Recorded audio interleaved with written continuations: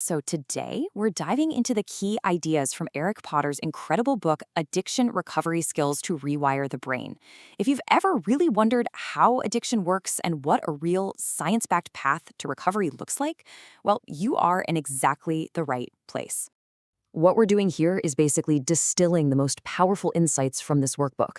Think of it as a roadmap, one that's designed to completely reframe how we see addiction and give you tangible skills to create change that actually lasts. You know, the author Eric Potter kicks things off with this incredibly powerful line. It just sets the stakes right away, doesn't it? This isn't just about stopping some behavior, it's about reclaiming an entire life. And you can feel that he's writing from a place of deep personal experience.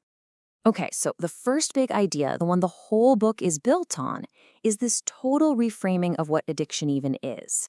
The book argues that it's not a sign of weakness, it's not some moral failing, it's a deeply learned, destructive pattern, a habit. Potter introduces this really interesting concept, behavioral allocation disorder, or BAD for short. Now, what's so game-changing about this? Well, it completely shifts the conversation. It takes blame out of the equation and puts the focus squarely on behavior. Addiction in this model is a maladaptation. It's a habit that has become so automatic that it just steamrolls everything else in your life. And this chart illustrates the difference perfectly. Look, eating lunch at your desk, that's a bad habit. But stopping eating altogether just to play a video game, that's addiction. Having an irregular sleep schedule is a bad habit, but being so agitated that you literally can't sleep because the game is all you can think about, that's when you know a line's been crossed. The key takeaway here is that an addiction doesn't just negatively influence your life, it completely dismantles it because you're no longer in the driver's seat. And all of this reframing leads to the book's central message, which is actually one of profound hope. See, if addiction is a learned habit that's wired into the brain, well, then that means the brain can be rewired to learn something new. Which, of course, brings us to this absolutely terrifying question that so many people face: is the damage permanent? Is my brain broken for good? And the answer, thankfully, from neuroscience, is a huge, resounding no. And the reason is something called neuroplasticity. The book uses this fantastic metaphor. Your brain isn't like a piece of clay that gets fired in a kiln and becomes permanently set. It's much more like Play-Doh. You can always reshape it, always remold it. So how does this rewiring actually happen? It's pretty amazing, really. There are two key things going on. First, you've got synaptic pruning.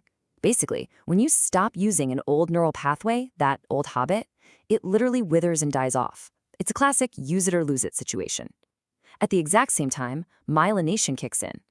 Every single time you practice a new, healthy behavior, your brain wraps that pathway in insulation, creating a brand new superhighway. This makes the new habit faster, stronger, and more efficient. Okay, so it's one thing to know your brain can change, right? But how do you actually do it? That's where the tools come in. The book boils the whole process down into 3 core, actionable skills you need for recovery. It really comes down to these 3 things. First, knowing your triggers. Second, learning how to handle cravings when they hit. And third, reinforcing all your progress along the way. Let's break them down. All right, skill number 1 is all about becoming a detective of your own life. You can't navigate a minefield if you don't know where the mines are buried, right? This means you have to get brutally honest with yourself and identify the specific people, the places, the times of day, and especially the emotions that act like a switch and just ignite that craving. For the second skill, the book gives us this perfect metaphor. A craving. It feels huge, right? Unstoppable. Your first instinct is to fight it, to push it away, but that's just exhausting. The real skill is to treat it like a wave in the ocean. You can't stop the wave from coming, but you can learn to surf the urge. You acknowledge it, you breathe, and you ride it until it passes.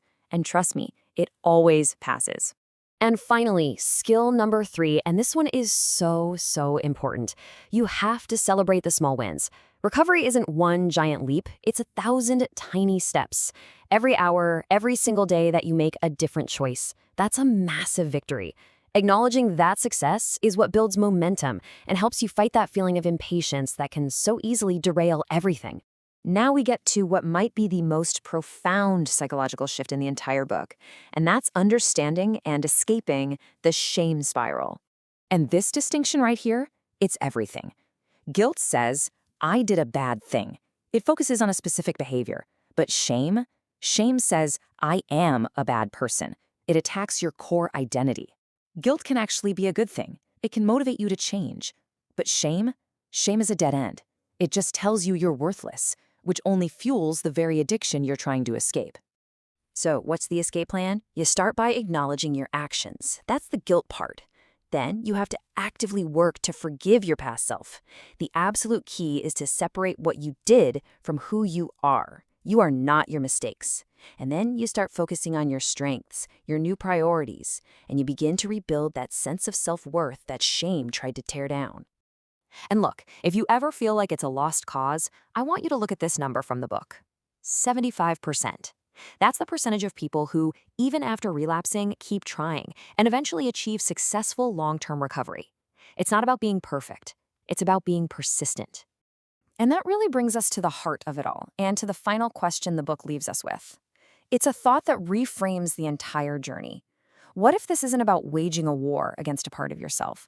What if the real victory, the final step in truly rewiring your brain, is simply about learning to forgive yourself and choose a new path forward?